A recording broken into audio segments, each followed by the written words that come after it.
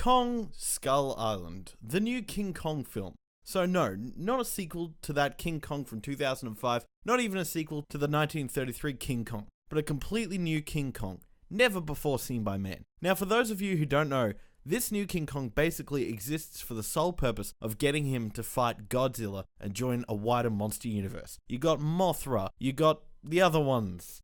Something we've never really seen before.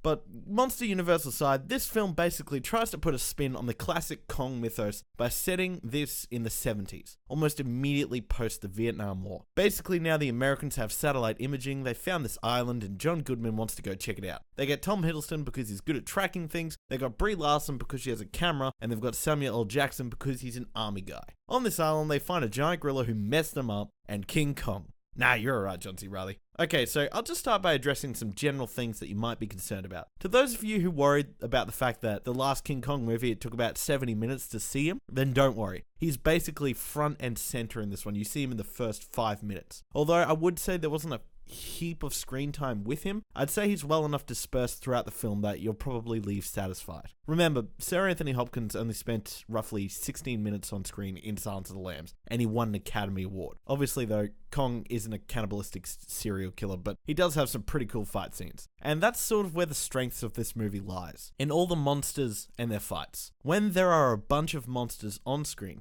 battling it out, that was where I had the most enjoyment. All the designs were cool, the island itself felt dangerous, and it was a really cool setting for these titans to battle on. You know, the coolest parts of this movie is the monsters and their fighting, and that's what this movie is going for, I think. But aside from that, we gotta get to the characters. Now look, Dorothy Jones-Heights says there are 8 deadly words for any screenplay, and that's these.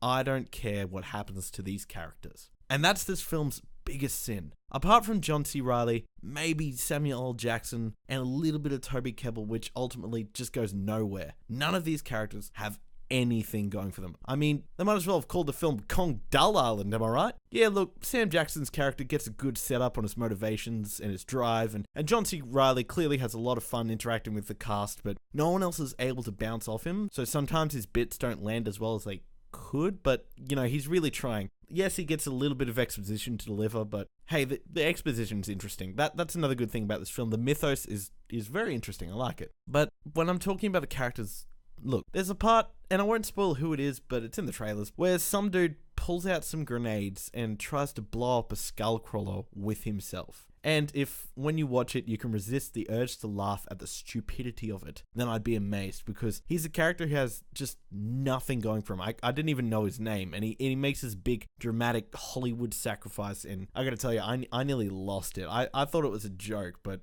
the film's trying to make it.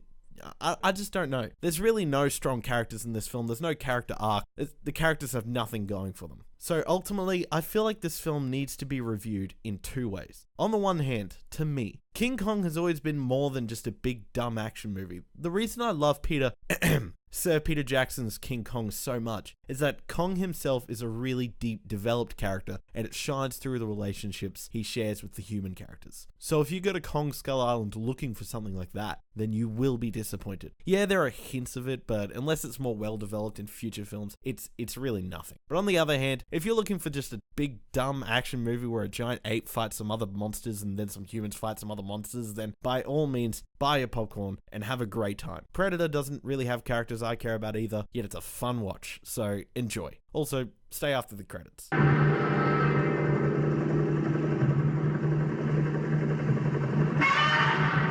Thanks for watching, guys. Hope you enjoyed. Tell me, who do you reckon should win in a King Kong versus Godzilla fight? Let me know down below. Have a good one. Jay Grizzle, out.